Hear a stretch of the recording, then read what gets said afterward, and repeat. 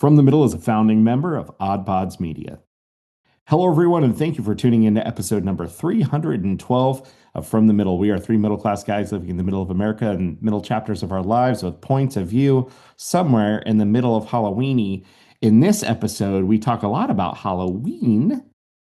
We have lots of thoughts on that and what we've done over the month of October. We talk a little bit about Corey doing a double feature and some sports that we're watching at the very end. But before we do that, don't forget about the very important answers from the middle segment, which I love. Frankly, if you have questions, please send them in. We have a ton of fun chatting about some of the questions that were proposed. We hope you enjoy this episode. Check it out. Oh, for the love. Sorry, just clearing my Mountain Dew hole.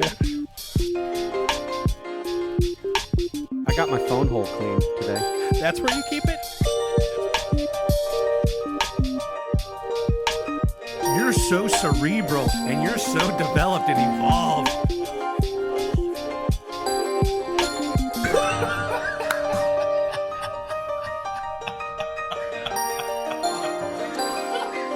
From the Middle after dark over here. Hello, fellas.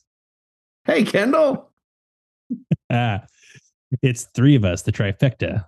We're Looking at my back. screen, and there's three boxes, and that makes me happy. Welcome back, Dylan. Thanks. I see my robot stand-in didn't show up last week. No, he didn't. Bummer. Just us two. Yeah. Yahoos. Yeah. I'm sure you had a hilarious good time. We did. You listened, right? Not yet. Well, it might surprise you to learn that we talked a lot about food and sports. That is what we did. Yeah. Yeah. We could probably just lean into food as the whole new concept for the show. You know what I mean? Yeah. Yeah. I wouldn't be mad about it, to be honest. Me neither. Did you guys have good Halloweens? First, the way you said that, like, it sounded like you were trying to accentuate the ween part. It did. It I think that's selective hearing. It might be. It just made me chuckle when you said it, and so that's why I chuckled, because ween is a. I'm a 12-year-old. Aren't we all? Yeah. No, Halloween was great. Took the kids to a trick or treat. Talked about that last week, and then actual Beggar's Night, which I recently heard might be a Midwest expression, Beggar's Night. So for those who are not in the Midwest, do you use that term as well, Beggar's Night? But no, Beggar's Night was good. It was nice and chilly and nip in the air. Rain during the day, which was a little scary, and then but then it cleared up. It was a wonderful night to be tramping around with the kids in a suburb. Did you Good. guys do the 30th or the 31st? We did the 30th. Okay. Now we're around here. We like to avoid Friday night. Yeah, think is I get that thought process. We did it on the Friday, so there was no rain. And I was thinking, I didn't know you guys got rain down there, but that makes sense if you did it the day before. It was a bit rainy. We did. It was a little sprinkly near us, but it did mostly taper off in time. So less beggars this year than in the past. I feel like I saw a map the other day that Beggar's Night is like a heavily Michigan thing, and then it bleeds a little into the Midwest, but it might not be national, by the way. But our local city, the city government posted on Facebook and said Beggar's Night. So I don't know, maybe more common. I never heard that term growing up. We did not. That was not a thing. I didn't hear it growing up either. I've Yeah. only heard it now. Like trick or treating. Why can't we just call it trick or treating? Yeah. But yeah, there's probably some silly reason why, I don't know, satanic panic parents don't want to call it trick or treating. Yeah. Sure. Who knows? Lily's boyfriend was over. It was his first Beggar's Night / trick-or-treating experience. And he got there, sun was still up, and was going down. And it was like, do you remember in E.T. when they're trick-or-treating and like kids are running through the neighborhood, the sun is starting to set, somebody's dressed up as a Star Wars character, it felt like the quintessential Americana suburban like trick or treat night for just a moment because it was just starting. The bonfires on the driveway hadn't started yet because it was still too light for that. But like the people who wanted to get their kids out early, and it was just so much fun. We had a really good night. Dylan, you don't know this. I dressed up as a Squid Game guard, one of the pink hooded masked guards, but I went for something a little different. I went for one who should have been issued a slightly larger costume. Um, Sure. because when ordering, Sherry and I didn't realize, oh yeah, Asian sizes are somewhat different than North American sizes on pink jumpsuits. Anyway, it was a lot of fun. I made it my goal to, once it had gotten completely dark, find the larger groups of loud and annoying teenagers and just stand there with my orange tipped plastic firearm and be as creepy as possible and not move. Yeah. One group of kids said, "It's not a real person." And I thought, surely they wouldn't think somebody went to the trouble of like making a dummy standing in the middle of a yard, but they did. They thought I wasn't real, and then I moved towards them quickly. So I Yeah. got to scare a few groups of kids. I didn't want to do that with the little Yeah. kid. They all walk by Corey in his costume and happy Halloween. Am I right? Ween. Did I emphasize ween enough? That can't be real. Nobody would dress a mannequin in a super tight costume. They would clearly make it fit. He's overstuffed. He's overstuffed. So yeah, that was fun. Had some friends over, did the bonfire thing. Kids made out like bandits or successful beggars, however you want to think of it. But yeah, it was a really good time. My kids and Lily's boyfriend all got animal onesies. There was a frog and a gray penguin and a bear and a duck. And so that was what they did. That's wonderful. Yeah. So we did that. And then Friday was Friday, which was Halloween, and we didn't have any particular festivities for actual Halloween. But then Saturday, we spent the day over in north of Indianapolis, a small town called Delphi. And there's a farm that belongs to my father-in-law's side of the family, where they've built a lodge specifically for the purpose of like family reunion stuff. And it's a beautiful, beautiful piece of property on some historic land with a trail that goes like right up alongside of it. And there's a sign at the trailhead that has like, 5 or 6 different families to thank for the trail. And the Pyle family is one of those families on that sign. Oh, cool. Which is really cool. It goes down like an old railroad track line. And there's a pond and things. And it was a great time. I love my wife's family. They're great people, very welcoming and warm people. I've always felt that with them and from them. And it was good. Her brother brought his new girlfriend and her daughter to the thing, which from Arizona. So it is heading into that, never meeting the woman and thinking to myself and talking to Amy about like, they've been dating for like a month or 2, maybe something like that. And here he is flying her out to a family reunion with her daughter. We'll see how this goes. But she was great. And her daughter, who's the same age as Lydia, was super great. And she made quick friends with the other girls of that age who were there. Nice. And I had the opportunity to take her fishing for the first time, which was really cool. Trying to teach her how to use an open reel. And I'm responsible for her destroying her nice white shoes. And I apologize to her mother for that. And it was a good time. Did some archery with the boys. It was fun. Nice. That feels It was a good if good she's time. Lydia's age, not quite old enough to where Ohio is slang for bad. So if they had never visited from Arizona to Ohio, maybe not that association yet, Yeah. Yeah.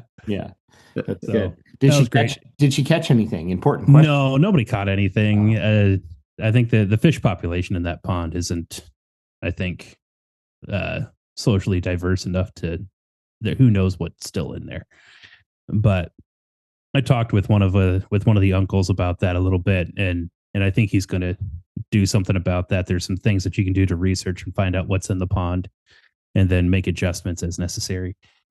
So they might go that route. I hope they do, because it's a wonderful place, wonderful spot to fish. And then on the way home, we stopped at the world famous Uranus Fudge Factory. Nicely done. Yes. Which was definitely a place you should absolutely take your kids there. They will certainly understand and get all of the jokes that are all perfectly age appropriate for everybody.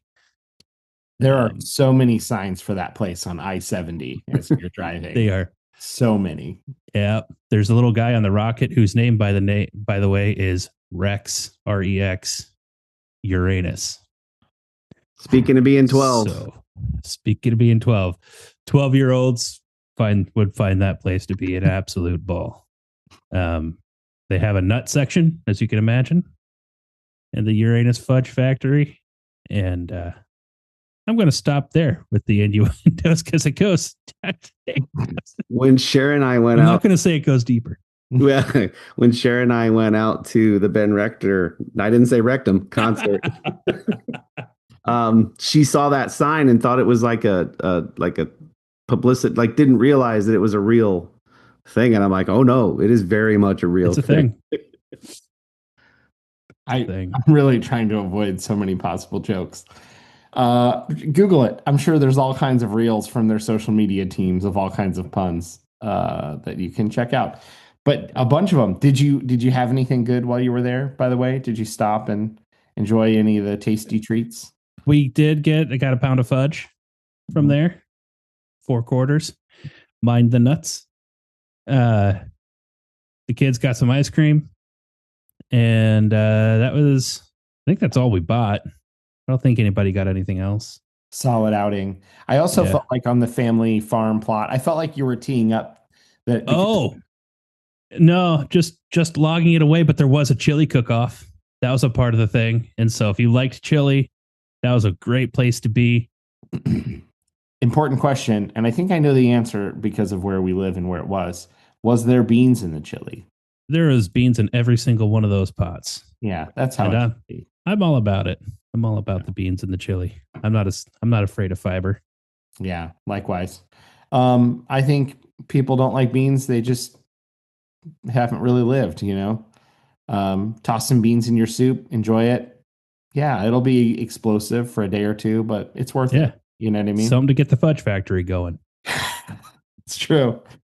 Oh, well, it sounds like a great time. I thought you were teeing up some kind of like Halloween themed, you're out in the woods and the thing, and there would be like decorations and haunted stuff. And I thought maybe that's where that was. Oh, that'd be cool. I might suggest that for next year. Yeah. If it's already like dark and fall and cold and whatever. Mm-hmm. Yeah. Just lean into the Halloween weekend. Well, good. Also, when you really leaned into the Halloween thing, don't you guys, Corey, normally have food? You like do food and stuff people can go eat? Yeah, we do. Have you ever done Halloweenies and done like a hot dog bar? No, but that's a terrific idea. Okay, so Kendall, you've got a takeaway for next year. Corey, you've got a takeaway for next year. All right, got it. We'll be there for Halloweenies, and beans should be one of the options that you could shovel onto the hot dogs. Did you want to share any fun I can't not emphasize Halloween things. Say it real quick. Halloween. All Hallows Ween. All Hallows Weenus. Did you want to share any Weenus stories? Gosh, I wish we had some good stories. I was absent last week because both of the ladies in my house were not feeling good for several days or longer across last week. So the only costume I was wearing last week was nurse. You know what I mean? Just taking care of folks as needed. But yeah, that's in my head now. Yeah, that's fine. Save it for later. Yeah. So inappropriate, by the way. Really, Uranus? Come on. Nurse's costume isn't pushing any envelopes here. Oh, the one on my head is. So we are having fun. My daughter did get to do a costume for our church's trunk or treat the previous weekend, and a little bit. She felt good enough to go out for a little bit and hit a couple houses and then hand out candy. She was a character from the Disney franchise, The Descendants. She was Bridget and had a very cute pink outfit, Queen of Hearts, Princess of Hearts, whatever the character is. So that was fun. I did not have a costume outside of my nurse outfit. And yeah, it was good. Not very many kids, so shucks, lots of chocolate left around the house that is now gone. Uh, so that was it. I wish I had better stories, but I will say, I don't know how many people came to our house, 50, 60 kids, something like that. Everyone was very polite, very well mannered, lots of pleases and thank yous, and polite parents and no snobby whatever. Everyone was super cool, which was such a nice treat. Not that we usually have folks that aren't polite, but it's just nice when even all the teenagers sort of going around in droves and little packs are all being very polite and pleasant. So it was a nice time. Well, before we put a Christmas bow on Halloween, do you guys have any other fun traditions that you normally like to do other than the obvious ones? So one of mine is that I save up a slasher movie or a horror movie. I don't really watch them much anymore. I don't really get into the genre, but on Halloween, I try to save one that I think sounds good. So I did a fun back to back that I'd like to share, but I didn't know if you had any other Halloween traditions. I'm a big Ghostbusters guy. If there's a movie that I'm picking, my Halloween movie of choice is Ghostbusters. I was chatting with somebody at work today and they mentioned two movies, and one of them was kind of standard. I've already forgotten. The other one that was a really good one that I hadn't thought about was the 1990s version of Sleepy Hollow with Oh Johnny yeah, Depp. Johnny Depp. That would be I totally off my radar for Halloween. I Yeah, didn't see good one. anybody talking about it, but they mentioned that it was one of their favorites to watch. So maybe I should incorporate Sleepy Hollow back in. But Ghostbusters, the original for me. Very good. Two things that I actually missed out on this year, now that you mention it, is throwing the Nightmare Before Christmas on after trick or treating. Mm-hmm. And we didn't do that. And Halloween is not always, but often the day that the Christmas Village goes up. That's right. It is officially my green light for the Christmas Village, so I can put it up whenever I want now. But I've been working on putting the BB gun range down in the basement, which is basically just like layers and layers of cardboard, enough to confidently trap BBs. And so like there's just like broken down cardboard all over the place in the way of trying to get Christmas boxes out of storage. So wanted to get that finished up today, which I did finish that up today, which means it can all start coming up now. Yeah. Well, I always enjoy a good film back to back. Maybe that means something is coming to theaters that I want to watch the prequel of, or the earlier rendition of something. So I thought a fun back to back this year would be to watch the 1922 Nosferatu against the 2024 Nosferatu, which just came out, I guess, last year with Willem Dafoe and Lily Rose Depp. So that was really fun to watch movies separated by 102 years. The first, I learned, was an illegal adaptation of Bram Stoker's novel. They did not have permission to retell the story. It's a silent movie. So they renamed Dracula Orlok, and they did some other things to try to get around some of the main trademarked elements. But it's pretty much Bram Stoker's Dracula in its first ever movie form. So that was kind of fun. It was cool how the new director, Robert Eggers, played some homage to the 1922 version by doing some pretty close to exact cuts or shots of different things. Obviously, the story elements are the same, but when he first arrives at the castle and meets Orlok, the shot was very similar, and it's got that gothic kind of black and white feel. So that was a really fun side by side to enjoy. Also turned on Ghostbusters at one point just to have on in the background. Of course, have watched Nightmare Before Christmas multiple times now last October, because we're in November now. But yeah, so that was kind of fun. If somebody only would watch one of those two movies, do you feel like the original should be the only one you would watch if you can only pick one? Or are we far enough away?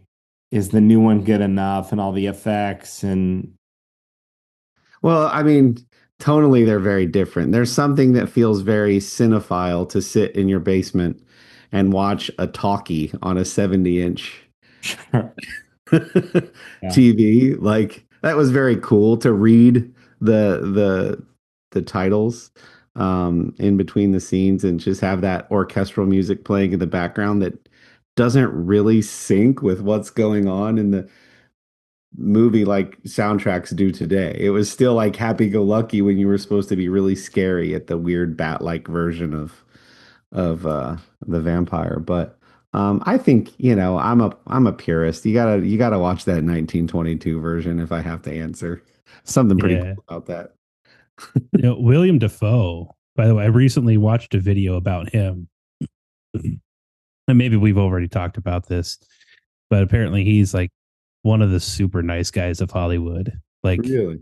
Despite like he's like the face of the villain, right? That's who he is. That's what he does. But he's like, apparently anybody who's ever worked with him loves the guy, and like fans who have ever met him, he's one of those guys. Like I would, from what I was hearing, would compare him to like the Keanu Reeves era. Like he's very unassuming, doesn't care so much about his wealth, and like anybody who meets him like walks away feeling better about themselves. And so good on William Dafoe. The quintessential villain is like a super good guy.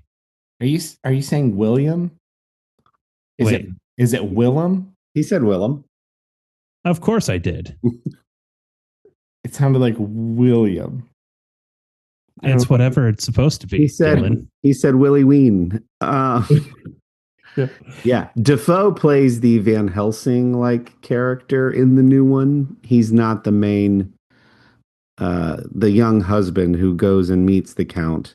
He's Van Helsing, who is needed once all the epidemic and scary stuff starts happening back in the little town in this one. But yeah, he played that part really well. And that's cool to hear that he's a good guy. I liked him a lot in I'm blanking on the name. Boondock Saints. Boondock Saints. Kind of a different role for him. Like a unique detective guy. As soon as you started to say I liked him in, I knew exactly which movie you were going to say. It worked out great. Boondock Saints. Haven't seen that in a while. All right. So I thought it'd be fun after we take a quick break and hear some words from some of our friends in Odd Pods Media to revisit a segment that we have not done in a while, which we refer to as Answers from the Middle. What is Answers from the Middle, you ask? Well, it could be situational stuff like, hey, I'm trying to decide whether or not I should go back to my high school reunion. What do you guys think? What's your take?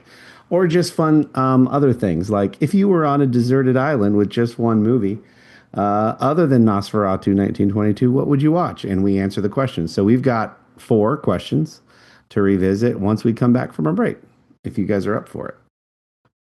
Let's do it. All right. Let's hear some words from some of our friends in Odd Pods Media, and we'll be right back with our little game.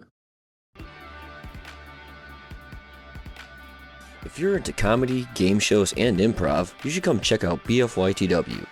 We are an adult British-inspired comedy panel show. New episodes release every Thursday through your favorite podcast player or bfytwpod.com. We're also a founding member of the Odd Pods Media Network and would love for you to join us for some laughs.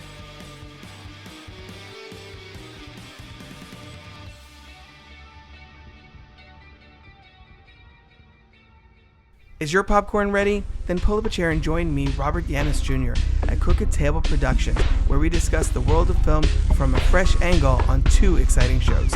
On Close Watch, we get to know our guests through the movies they love, from current hits to timeless classics. And on Franchise Detours, we believe no movie series travels in a straight line as we explore the journeys of series like Rocky, X-Men, and Child's Play. Both Close Watch and Franchise Detours are proud members of the Odd Pods Media Network. Find them wherever you get your podcasts and on crookedtable.com. We'll see you at the movies. So to be honest with you, I think William Dafoe, I'm sure, first of all, I don't really read about film or movies or actors. So anything that I've heard has been like on news or in videos.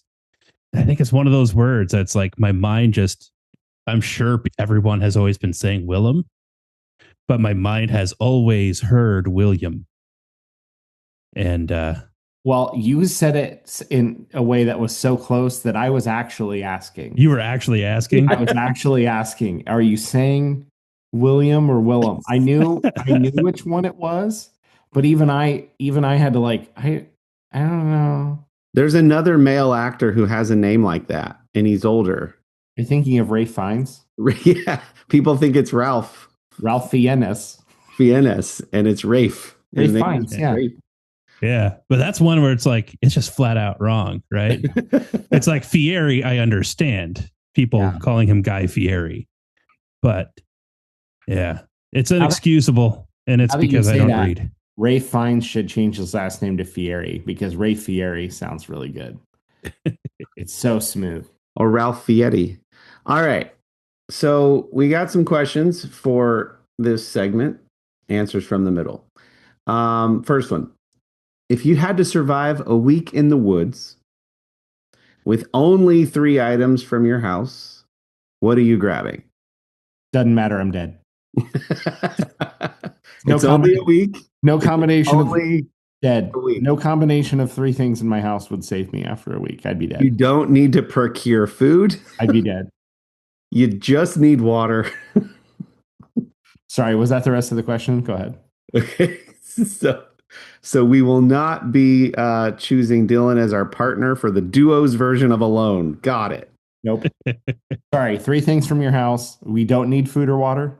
No, I'm just saying you're not going to starve in a week. Well, you won't starve in a week.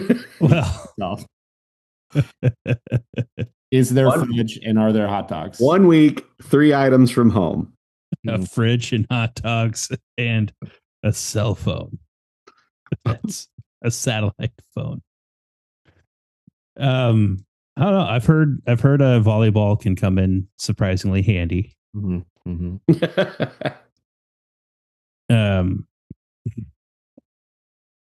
Is this question the practical ask? Like you just say, I want, and you pick like 2 foods? No, we have fun with it because I'm telling you, it's a week. It's not 3 months. If it's for 3 months, your answers would have to be a little survival things. So the point of the question is to get you to not think about survival techniques. Okay. More about how are you going to pass the time knowing that you'll be fine in a week. Okay. Is that, am I getting to the spirit of it there? Let's say yes. Okay. I would go with fishing tackle, but that could be like, 10 different things depending on how you look at it. Yeah, I was going to say paracord because I want a lashing material, but I also want to be able to split the paracord to use the filament for fishing line. So I was going to get 2 for 1 kind of. So I want paracord because I want to be able to still have a decent shelter, even if it's only a week. Okay. And then I would just say fishing line. Okay. Because I feel like I could still make a shelter out of a good enough test fishing line, and then I would just have fishing line to fish with. But you don't even need to fish, really. I wouldn't need to fish, but that's how I'm passing a lot of my time. Got it. That's a good one. I think you need a hatchet or a knife of some kind. Yeah. Or I think a small saw. A large knife. I'd go with the K-bar. So I've got a K-bar and fishing line. Okay. And a flint. Or a lighter. Yeah, I don't think I want to be making a fire. Yeah, making a fire. With the old. I was gonna say my first one is the click lighter. If I could just straight up pick. I'm in the spirit of it, I'm trying to pick things that are like outdoorsy, but like a lighter. I'm going to go a lighter. Exactly. I don't want to mess with the flint. So I'm going to go with a freshly stocked Zippo lighter, right? Because it's windless and you get the actual flame, fishing line, and a K-bar. Yeah. So hatchet or axe or K-bar, some sort of blade. K-bar, because then you can saw with it. Yeah, you can still chop wood with that and a stone, right? Paracord and torch. Let's just say torch. I'm just going to do a sleeping bag. This feels like a great opportunity to catch up on some sleep. You know what I mean? Just a lighter to heat things, sleeping bag to just get some rest for a week. And then I'll take some kind of utility knife or something just to be kind of practical. I'm going to need to cut something somewhere. Yeah. Right. I mean, if when the rescue boat comes to get you, you don't want to be caught looking wimpy without a knife on your hip. Like you got to have a knife on your hip to complete the picture of getting saved out of the island. Yeah. It's like, oh, is your knife what kept you alive for the week? And it's like, oh, yes. It was for sure. This one, and you pull it out and it's like pristine. You're like, yes, this one did. I take good care of my stuff. What you said it did. That's exactly. Still has the wrapper on it. And it's like, right. I've been sleeping for the whole week. You couldn't get it out of its clamshell case. Yeah. The little protective thing around the blade. Yeah. All right. Something potentially less serious. If you forget someone's name, is it better to admit it or fake it? Now, we always say when we ask each other these questions, it depends. And I really hate doing that. So you might say, what are some of the considerations? I'm saying it depends on how long you're about to be with this person. If this is a handshake and I never see you again, I can fake it for that exchange. Hey, man, if I have to be with you for a couple nights or a week-long trip and I'm supposed to have remembered your name, also depends on who else is around. Sure, maybe. Yeah, I'm with you. If it's a visitor at your church who could potentially come back and become regular, you don't want it to be 4 months went by and you never asked them that second time what their name was, and now it's like you got to ask somebody else what their name is and be all embarrassed. Because it does reach a point where too much time has passed. You should know the person's name. Exactly. So, I mean, the first few weeks, you get a pass. You can ask as many times as you need to and just say, hey, I'm sorry, I'm bad with names. My name is Kendall. Give them your name again, because then that can make them feel more comfortable if they forgot your name. But then also it becomes like a whole social thing then. Like, hey, you probably forgot my name too. I would feel better about that if you did. So we're just going to pretend like you forgot my name as well. What's yours? People have those tricks of where you go, tell me your name again. And then they say their first name and you're like, no, I knew that. Of course, I meant your last name. Like stupid little sales guy things like that. That's clever. That's clever. What do you think, Dylan? I feel like you can use the universal, you can just either say you forgot, but if that sounds a little mean, you be like, hey, sorry, coffee hasn't kicked in yet. Remind me your name. And you can do the little fib with just the little, give me my brain's not caught up yet. I'm not awake yet. I love the remind me because that's acknowledging that you should know. Yeah. Mm-hmm. Sorry. Shame on me. My bad. Coffee's not kicked in. Sorry. Remind me. Tell me your name again. I think you can just do that. Get away with it.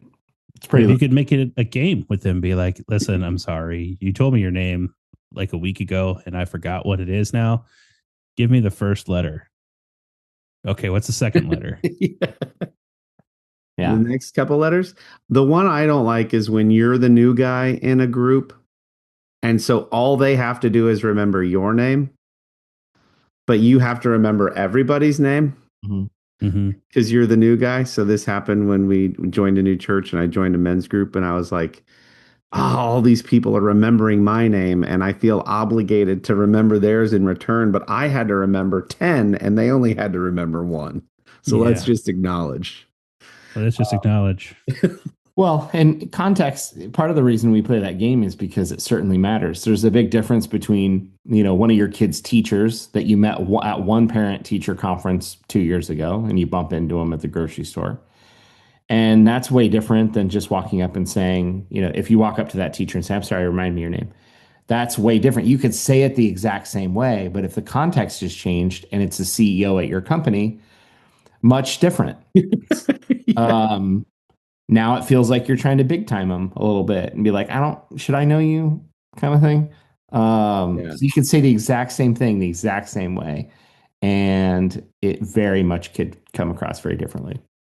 So I hate that it depends, but sometimes it just does. All right, number 3.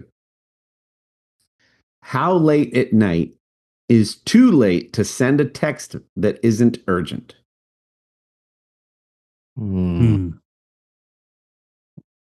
Again, unless you're a night owl, I would say probably your own bedtime is fine. But this comes from a guy who and I think we've talked about this before too. It bugs me that there are people who get upset because they were called or texted at a time that they didn't want to be called or texted.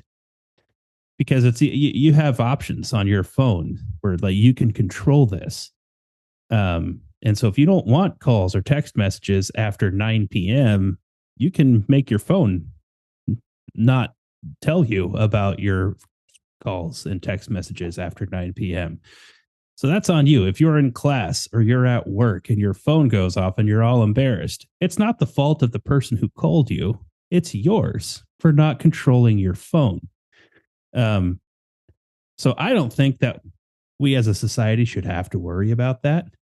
I would say we're past those days. Yeah. Yeah. I would say that I think you should be able to text whenever it is you want to. My own rule of thumb is just my bedtime, right? So if I'm lying in bed, I won't text anyone. But at the same time, if you do text somebody late, I think that you're fine, but don't be upset if they don't get back to you until tomorrow, right? Sure. Yeah, I'm aligned with you. The phone features are totally, you can set do not disturb for all kinds of things. And, people know how to shut their phone off. They know how to silence their phone. There's too many options. 20 years ago, totally different question. Mm-hmm. My general cutoff seems to be, unless this is a person that I know is regularly up late, I typically try to turn that stuff off by 11. I'm usually up way later. There's also people that I know if I text, there's a pretty good chance they don't turn off their phone. I don't put the onus on me that it's my fault, but if I text my dad at 11 p.m., I know he's asleep and I know his phone settings are probably not set to turn those, to mute it. And he would likely respond or look at it, and I don't want to wake him up. So, but generally 11, and it's generally on the person whose phone it is to set up your phone in a way that you can fix that. There's a fix for that. Yeah, short answer, we're past the days of needing to care, but there is still a general sort of loose 10, 11. My thing is less at night and more early mornings. I got some morning people friends. I remember getting mad at you one time, Dylan, because you were texting early on Saturday mornings at a time when Saturdays were my only day to sleep in. And I was like, bro. And yeah, I probably could have. I don't know if we had that technology then. I'm going to say no. You said something one time and I didn't text you on a Saturday morning for years. For years. I wish you would text me sometimes. No. So yeah, mornings were are worse to me than a buddy who's a night owl, but that's because I'm a night owl. So I guess I'm basing it off of my preference. All right. Here's a fun one to wrap it up. Number 4. If you're invited somewhere but don't want to go, how honest should you be about declining? Ooh, got to take a Dylan diplomatic approach there, I think. Dylan, tell us what you would say. I mean, it just says an event. There's no... If you're invited somewhere but don't want to go. Somewhere. That's so vague. Hey, how Dylan, honest should you be about declining? Do you want to meet Corey and I at a mechanical bowling place tomorrow night at 8:30 p.m. I think it's totally fine to say, and this is an overly unnecessarily polite way to say it. Thank you so much for offering. I'm not able to come, but I really appreciate it. And then the end. But I also sometimes read things and memes and reels and whatever, and it's like the word no is a complete sentence. And I also agree with that. And so if you're not trying to go with the nice version, you could just say no or no thank you. Okay, so then what about so I text you three and was like, hey, let's do mechanical bowling tomorrow at 8:30. And Corey's like, yeah, whatever, because that's what Corey would always do. And then Dylan is like, oh, thank you for thinking of me, but I can't go. Mm-hmm. And then I came back with, oh, is everything okay? Now what do you do? I'm good. Thanks for asking. Okay, we'll be praying for you. Yeah. Thank you. See, I know it's semantics, but I don't even like that you said am not able or can't. Because it's a lie. Because you're not able, and you're not. So like, this is where I get too in my head about the response, because you are right. No is a complete sentence. Absolutely. Yeah, we all agree there. The people pleaser in me, though, still wants to give that extra layer of, you aren't owed this explanation, but because I value you and the relationship, I will give you a reason. And Sherry's like, we don't owe people an answer as to why we're not going to go or don't want to go. And I'm like, I know, but this is like so I need to get better at just being like, no, thanks. But I'm always like, well, what had happened was, so we had been up late the night before because we missed our flight in Chicago. And so we had to take a later flight. And like, I don't owe anybody any of that. I can't come because my preferences don't want me to. That's why I can't, because my preference is no. And so I'm being told no, which means I can't come. Yeah. It's like, I've been sleeping great. And I mean, everything's fine. I had too many beans on my hot dogs and it wouldn't be a good time. You know what I mean? Yeah. So like, if I were going to try to be that truncated in my response, I still wouldn't say can't or am unable to. I would be like, not feeling it. Thanks for the invite. Or something like that. That's not too jerkish, but is still somehow better in my mind. Yeah. It reminds me of a quote from The Big Bang Theory that Sheldon shows up somewhere and he says, sorry, I'm late. And Leonard says, what happened? And Sheldon says, nothing. I just really didn't want to come. Kind of like that. So you might still be sorry that you're late, but not sorry that you didn't come earlier. So both things can be true. I think we should use like humor would be a good way to get past that. Okay. Be like, would you like to go to this thing? Be like, no, I'm a dad in my 40s and I just don't want to. Yeah. Because that gives them a little something to chuckle about. And they also probably understand. Yeah. You could say, I would love to spend time with both of you, but not doing that. So well, we're totally open to changing the plan. What would you like to do? Yeah. Yeah. And maybe I would be totally open to doing a new thing, but I don't want to do that thing. I don't think you're alone in your comedic response, Kendall, because I follow a few Instagram pages and like a lot of the memes of 30 and 40-year-olds are like saying things like, remember when you used to want to go out at the drop of a hat and now you're like, I'm 40 with kids and responsibilities. Stop asking me places. Always and forever. Thank you. Bye. I just want to be in my house, you know? Yeah. Nothing else going on. Just don't want to not be on a couch. That's and I think at some point the acknowledgement is, I think we're overthinking the plans versus, hey, it'd be good to see you. Can I grab a large pizza on the way to your house? And we just sit on the couch. And I think a lot of people would be like, let's do that. And then next time I'll get a bucket of fried chicken on the way to your house. How does that sound? That sounds great. And then after that, I'll get Taco Bell on the way to your house. Yeah. And I also kind of want to just fart whenever I want. So yeah. So it's the ratio of the amount of things you're doing just decreases. It's not that you don't ever want to see people, but certainly less often because the amount of farting that I'd like to do would be better off alone, not within company. So I'm like obsessed with one of these Instagram pages, and I know I'm not 30 anymore, but I'm still in that like vicinity. So I found one of the collections of tweets and memes, and so one of them says, "Making new friends as an adult is hard because the people I'd get along best with are the ones that also don't want to leave their house." Mhm. Adult friendship is really just shooting off texts like, "Yes, hello, I'm not dead yet. Can I arrange to see you in 4 to 6 weeks?" Current and new friends should be aware that when I say definitely let's do that, I just mean in our imagination. Me, we got invited to 2 parties this weekend. Wife, wow, we finally have friends. Me, we're skipping both, right? Wife, obviously.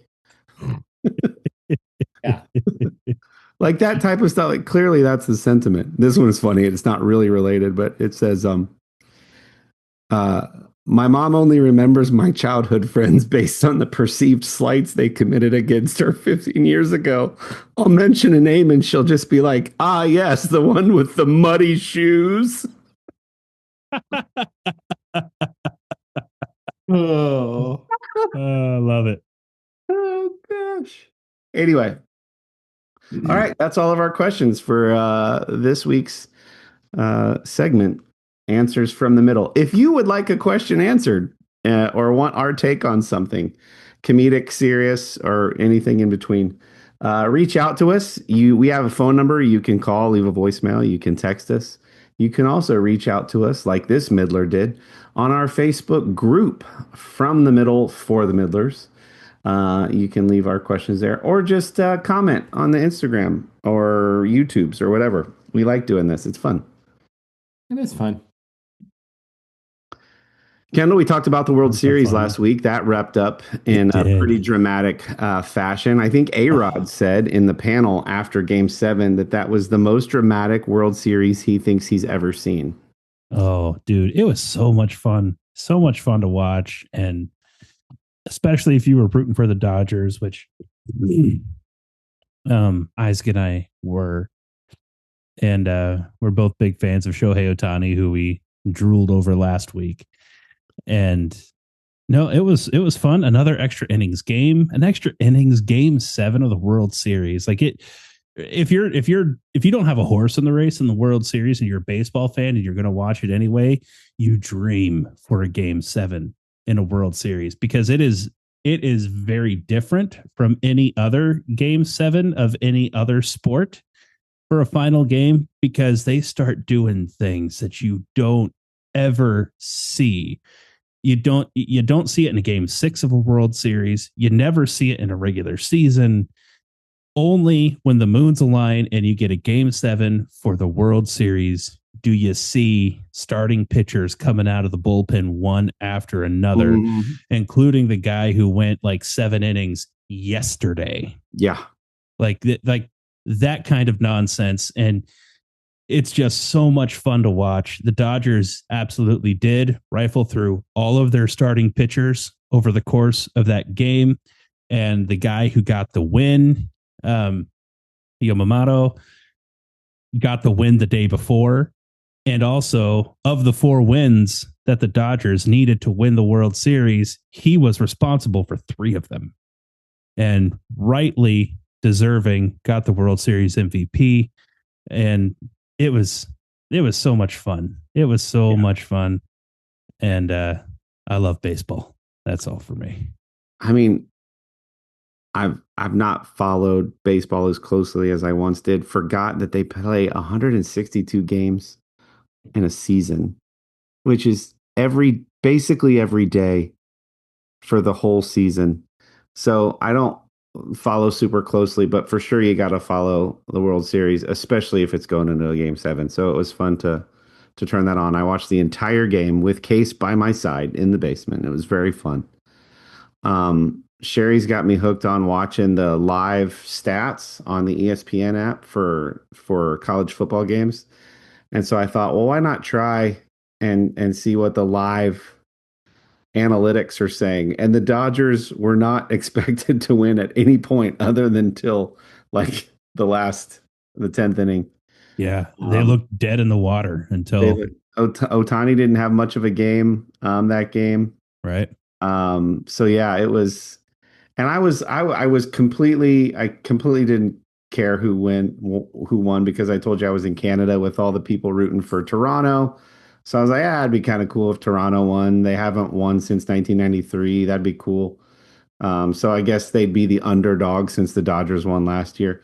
But Sure. then I remembered that when Sherry and I bumped into your wife in Anaheim a few years back and caught an Angels game, that we watched Otani play in that game when he was still with the Angels. Um, and so that was pretty cool to watch him achieve that again. So yeah, um, fun times were had by all, especially the Dodgers. Only would have been more exciting if it was at home, because then you would have had that crowd, the The home. home crowd. Yeah. Uh, Um, a thing that just came to mind too. Again, baseball people like stats and weird little facts about things. So Yamamoto, World Series MVP, was responsible for 3 wins in that World Series. The 4th win was a guy who like literally has only come into a major league game but a couple of times yeah, in his career. And because that was like, the stupid long game that went until 3 a.m. and he just happened to be the pitcher who was pitching in the umpteenth inning when the Dodgers went ahead and won. And so the win gets put on his name, yeah. which is really cool. So Pretty sweet. that was their 2 winning pitchers Hmm. for their 4 games. Quasi related, 160 how many games in a season? 2. 162. I don't follow baseball very closely. I enjoy being in a park watching a game, eating a hot dog. I'm not, I don't think I watched any of the World Series. Not that I was opposed to it. I just happened to not turn it on. What's the general sentiment among baseball fans? Is that too long of a season? Is it good? Should it be longer? I have no sense at all. I think it's people. Baseball is a little bit funnier, I think, in that you hear 162 games and people really hold on to that as being a thing that they like. I think they like the concept of a game where they play pretty much every day, which is cool about baseball. And it means some things with strategy. Obviously, with pitching, it means some things to when you're playing day after day after day after day. Yeah. 1 or 2 days off a week, and that's it. I would say a lot of people would, if you're just looking at like, you start very beginning of April, and then you're not done until the very end of October. A lot of baseball fans would tell you that that's probably too big of a chunk of the calendar. I don't think anybody wants to see it go longer than that at all, but maybe shorten it up a little bit. Yeah, I don't think anybody's bummed about more opportunities to watch their team, but baseball does feel different in that, yes, you're always going to have your like key players and your star players that everybody roots for and buys the jerseys for. But because it's constantly shaking up, you might not see your favorite player in a game. I think there was only 3 players of all of last season who played every single game. So the makeup is always a little bit different. The dynamics, I think. But yeah, I mean, if you're like more or less of my favorite thing, sure, more of it. Not a longer season. I'm just saying keep the current 162. Mm-hmm. Yeah. Interesting. I have Yeah. no opinions on the matter whatsoever. So I was just curious. Yeah. And then another thing, I watch loosely the NFL. The Bengals had an insane game yesterday against the Bears, stealing defeat from the jaws Oh, of wow. victory.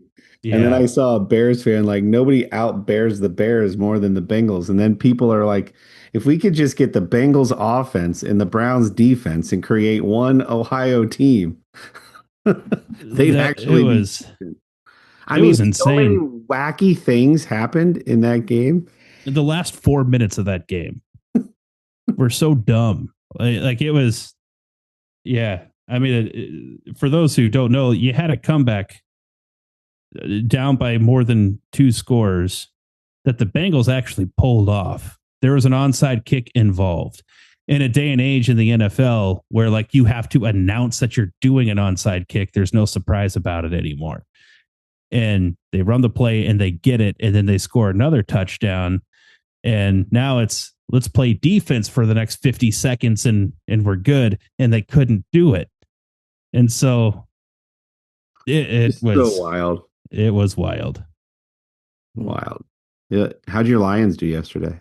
They lost. I didn't see any, I haven't even watched any recap or anything. They lost by 3. Okay. Which is a funny thing. Who did they lose to? They lost to Minnesota, who's going nowhere. I know. But if they do, it's because of Michigan guys at the helm. Yeah. How about that? No, thank you. Have you ever heard them referred to as the Vikes, Dylan? One of the announcers referred to them as the Vikes yesterday, and Sherry and I both go, I've never heard that in 41 years. I think somebody tried something and it didn't. You know what I mean? That's right. The Packers fan. I'm surrounded, man. Yeah. Surrounded by poor taste in NFL football. Speaking of sport taste, you know what's not in poor taste? Artiest Man products. They're amazing, and you should go get some yourself. They don't taste good. I don't recommend consuming them, but they smell divine. All of the products. You can pick your favorite scent. We each have ours. Go to artiustman.com. That's ARTIUSMAN.com to get those amazing men's grooming products for your skin, for your beard, and good candles for your desk with fall scents and winter scents. You'll be glad you did. Use promo code The Middle at checkout in the promo box to get 25% off of your entire order. That's The Middle, all one word, at checkout for 25% off. Anything else, boys? No, sir. All right. We will see you all next time on From the Middle. Let us know if you have questions. We got answers.